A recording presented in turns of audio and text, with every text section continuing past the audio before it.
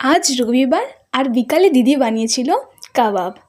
সকালে যখন মাংস কিনতে গিয়েছিলাম আমি আর দিদি মিলে, তখন কাকু 500 জায়গায় 750 মাংস দিয়ে দিয়েছিল।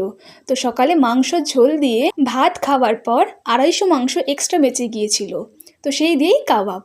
কিন্তু প্রথম ম্যারিনেশনের ভিডিওটা তুলতেই ভুলে গেলাম, তাই যখন থেকে তুলেছিলাম তখন থেকে ভিডিওটা দেখাচ্ছি। প্রথম দিকে 5 থেকে 10 মিনিট ওভেনে দিয়ে তারপর এটা ভালো করে গ্যাস ওভেনে 10 মিনিট মতন পুড়িয়ে নিয়েছিলাম। এতে কাবাবের টেস্টটা আরও ইনহ্যান্স হয়, আর একটু পোড়া পোড়া যে ভাবটা থাকে কাবাবে সেটাও চলে আসে।